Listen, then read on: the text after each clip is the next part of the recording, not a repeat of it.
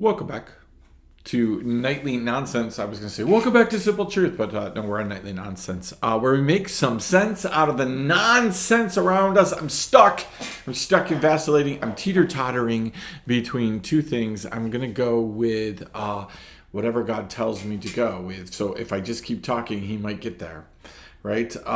My good friend, Pastor Mark, and I were talking on Counterculture about time.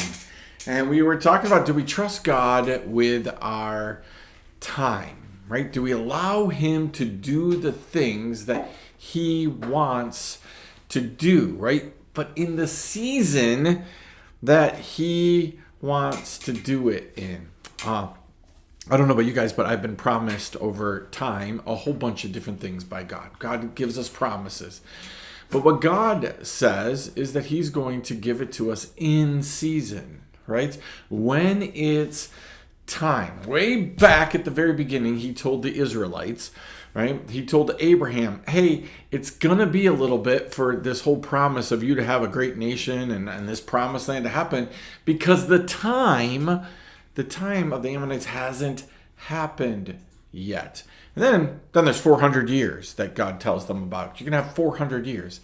There are moments where God promises us something. Why? Because he wants us to be thinking about it. He wants us to be prepping about it. But what he also wants us to understand is, like, hey, I'm going to make this happen, but I'm going to make it happen at a time where it all works out. Now, here's the problem. Not for your plan or my plan, but for God's plan. I think sometimes we ultimately forget to understand that God has a plan and a purpose for this world that supersedes ours. Do you know that God's plan from the very beginning, a few moments into this lovely little world, God's plan has been about redemption, right? He has been about redeeming that which was broken. Now here's the problem. I want you to grasp that with me tonight. Maybe think about this a little bit. God says that your world is broken. God says that your world is not the way that it was intended to be. That all creation cries out, groans, moans, right? Because of the weight of sin, because of the weight, right, of the curse that was put upon it. Right? We forget that. But for most of us, for a lot of us, we're perfectly content with where our world is. We're not viewing things like God is viewing them. We wouldn't look around us and say things are bad. We wouldn't look around us and say things need to be fixed. We've created our own little utopia, right? That is all about what we want and our plans and what we're doing. We don't ever think outside of the box of the fact that God sees the bigger picture. He wants the redemption of his creation. So God's plan is moving towards the redemption of his creation, right? He gave us the tool to do that through Jesus Christ. We can be redeemed, right, before the redemption of the rest of creation.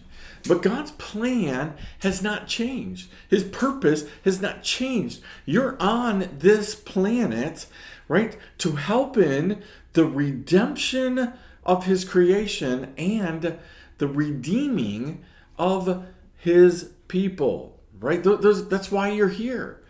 But most of us are satisfied. We're not thinking about, as I've said 4 times now, we're not thinking about the bigger picture. So my question for you tonight, very quickly, is, are you a big picture Christian? That's a dramatic pause for you to answer that question. Are you a big picture Christian? That starts off with you understanding that our ultimate goal is heaven. It's not earth.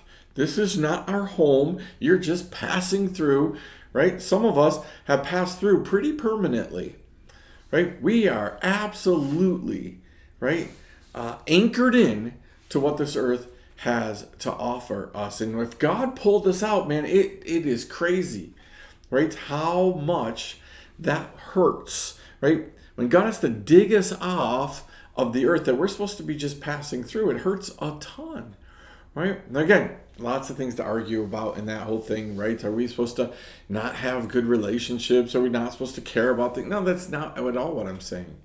But if you woke up this morning and said, my number one goal is to be here on earth, right? You're probably off. Your number one goal is to be wherever Jesus is. If he has it so that you remain on this earth for this entire day, right? You don't wake up in heaven at all today, right? Then you need to be faithful in serving that out. But the bigger picture is you and I we should want to be where Jesus is. So are you a big picture Christian, or are you a little picture Christian? Are you just about your own little world, what you're doing, how you're doing it? You see, if you're a big picture Christian, then you need to care about the people around you, even those you don't know and even those you don't like. If you're a small picture Christian, you only care about those who are in your circle. God gave you gifts and talents and opportunities for you to just take care of this small little group of people.